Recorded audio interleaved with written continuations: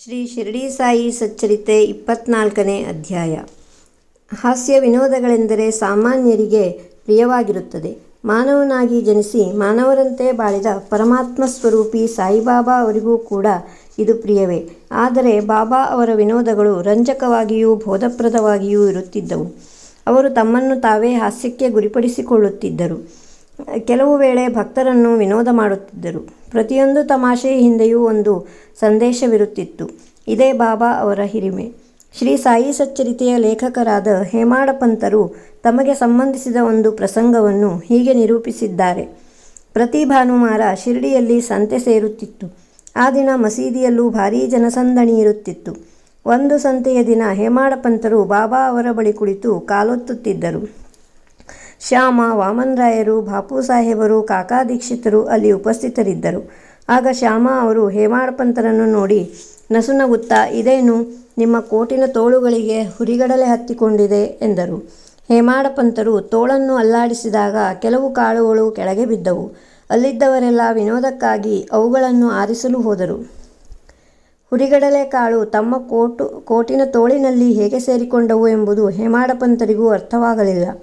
ಕೊನೆಗೆ ಬಾಬಾ ಅವರು, ಯಾರಿಗೂ ಕೊಡದೆ ಒಬ್ಬನೇ ಕಾಳು ತಿನ್ನುತ್ತಾನೆ ಈ ಹೇಮಾಡ ಪಂತ. ಇಂದು ಸಂತೆ, ಆದ್ದರಿಂದ ಕಾಳು ಕೊಂಡು ತಿಂದಿದ್ದಾನೆ ಎಂದು ಆರೋಪಿಸಿದರು. ಹೇಮಾಡ ಪಂತರು, ಬಾಬಾ, ನಾನು ಒಂಟಿಯಾಗಿ ಎಂದೂ ಏನನ್ನೂ ತಿನ್ನುವುದಿಲ್ಲ. ನಾನು ಸಂತೆಗೂ ಹೋಗಿಲ್ಲ, ಕಡಲೆಯನ್ನೂ ಕೊಳ್ಳಲಿಲ್ಲ. ನಾನೆಂದೂ ಹಂಚಿಕೊಂಡು ತಿನ್ನುತ್ತೇನೆ ಎಂದರು. ಆಗ ಬಾಬಾ, ಅದು ಸರಿಯಿರಬಹುದು.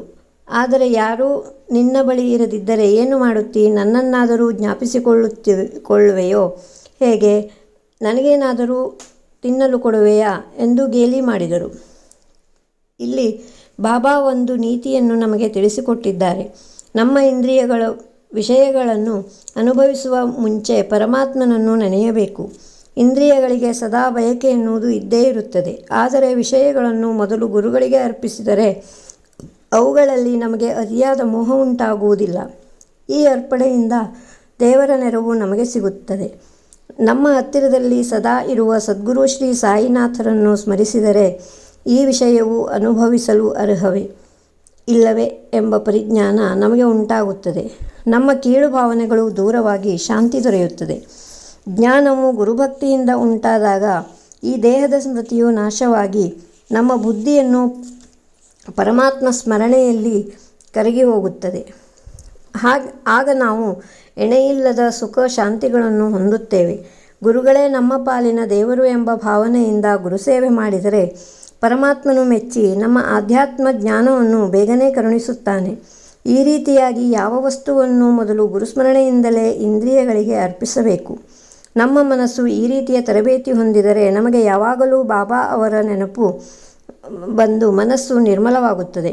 ಹಸಿವು, ಬಾಯಾರಿಕೆ, ಸಂಸಾರ, ಸುಖ ಎಲ್ಲಕ್ಕಿಂತಲೂ ಮಿಗಿಲಾದ ಶಾಂತಿ ನಮಗೆ ಸಿಗುತ್ತದೆ. ಇಲ್ಲಿ ಕೃಷ್ಣನ ಆಪ್ತಮಿತ್ರ ಸುಧಾಮನ ವೃತ್ತಾಂತವನ್ನು ನಾವು ನೆನಪಿಗೆ ತಂದುಕೊಳ್ಳಬೇಕು. ಶ್ರೀಕೃಷ್ಣ ಬಲರಾಮರು ಸಾಂದೀಪನಿ ಗುರುಕುಲದಲ್ಲಿ ವಿದ್ಯಾರ್ಥಿಗಳಾಗಿದ್ದರು. ಸುಧಾಮ ಅವರ ಸಹವಿದ್ಯಾರ್ಥಿ ಹಾಗೂ ನೆಚ್ಚಿನ ಗೆಳೆಯನಾಗಿದ್ದನು. ಒಂದು ದಿನ ಕಾಡಿಗೆ ಸೌದೆ ತರಲು ಶ್ರೀಕೃಷ್ಣ ಬಲರಾಮರು ಹೊರಟಾಗ ಋಷಿಪತ್ನಿಯು ಅವರಿಗೆ ತಿನ್ನಲು ಕಡಲೆಯನ್ನು ಕೊಟ್ಟು ಸುಧಾಮನನ್ನು ಕಳುಹಿಸಿದಳು. ಶ್ರೀಕೃಷ್ಣನು ಸುಧಾಮನನ್ನು ನೋಡಿದ ತಕ್ಷಣ, ನನಗೆ ತುಂಬ ಬಾಯಾರಿಕೆಯಾಗಿದೆ, ಸ್ವಲ್ಪ ನೀರು ಬೇಕು ಎಂದನು. ಆಗ ಅವನು, ಹೊಟ್ಟೆ ಖಾಲಿಯಾಗಿರುವಾಗ ನೀರು ಕುಡಿಯಬೇಡ, ಸ್ವಲ್ಪ ವಿಶ್ರಮಿಸಿಕೊ ಎಂದನು. ಆದರೆ ತಾನು ಕಡಲೆಯನ್ನು ತಂದಿರುವ ವಿಷಯವನ್ನು ತಿಳಿಸಲೇ ಇಲ್ಲ. ಶ್ರೀಕೃಷ್ಣನಿಗೆ ಆಯಾಸವಾಗಿತ್ತು. ಸುಧಾಮನ ತೊಡೆಯ ಮೇಲೆ ಮಲಗಿ ನಿದ್ರೆ ಮಾಡಿದ. ಆಗ ಸುಧಾಮನು ಒಂದೊಂದೇ ಕಡಲೆಯನ್ನು ತಿನ್ನತೊಡಗಿದನು. ಕೃಷ್ಣನಿಗೆ ಎಚ್ಚರವಾಗಿ, ಸುಧಾಮ, ಏನಿದು ತಿನ್ನುತ್ತಿದ್ದೀಯಲ್ಲ ಎಂದು ಕೇಳಿದನು. ಅದಕ್ಕೆ ಸುಧಾಮನು, ತಿನ್ನುವುದಕ್ಕೆ ಏನಿದೆ, ಚಳಿಯಿಂದ ನಡುಗುತ್ತಿದ್ದೇನೆ, ವಿಷ್ಣು ಸಹಸ್ರನಾಮವೂ ನನ್ನ ಬಾಯಿಂದ ಹೊರಡುತ್ತಿಲ್ಲ ಎಂದನು. ಆಗ ಸರ್ವಜ್ಞನಾದ ಕೃಷ್ಣನು, ನನಗೊಂದು ಕನಸಾಯಿತು. ಅದರಲ್ಲಿ ಒಬ್ಬರಿಗಾಗಿ ಕೊಟ್ಟ ಪದಾರ್ಥವನ್ನು ಅವರಿಗೆ ತಿಳಿಯದಂತೆ ಇನ್ನೊಬ್ಬ ತಿನ್ನುತ್ತಿದ್ದ. ಈ ಬಗ್ಗೆ ವಿಚಾರಿಸಿದಾಗ, ಏನಿದೆ ಮಣ್ಣು ತಿನ್ನುವುದಕ್ಕೆ ಎಂದನು. ಅದಕ್ಕೆ ಇನ್ನೊಬ್ಬ, ತಥಾಸ್ತು ಎಂದು ಬಿಟ್ಟನು. ಎಂದಾಗ ಸುಧಾಮನ ಮುಖ ಕಪ್ಪಿಟ್ಟಿತು.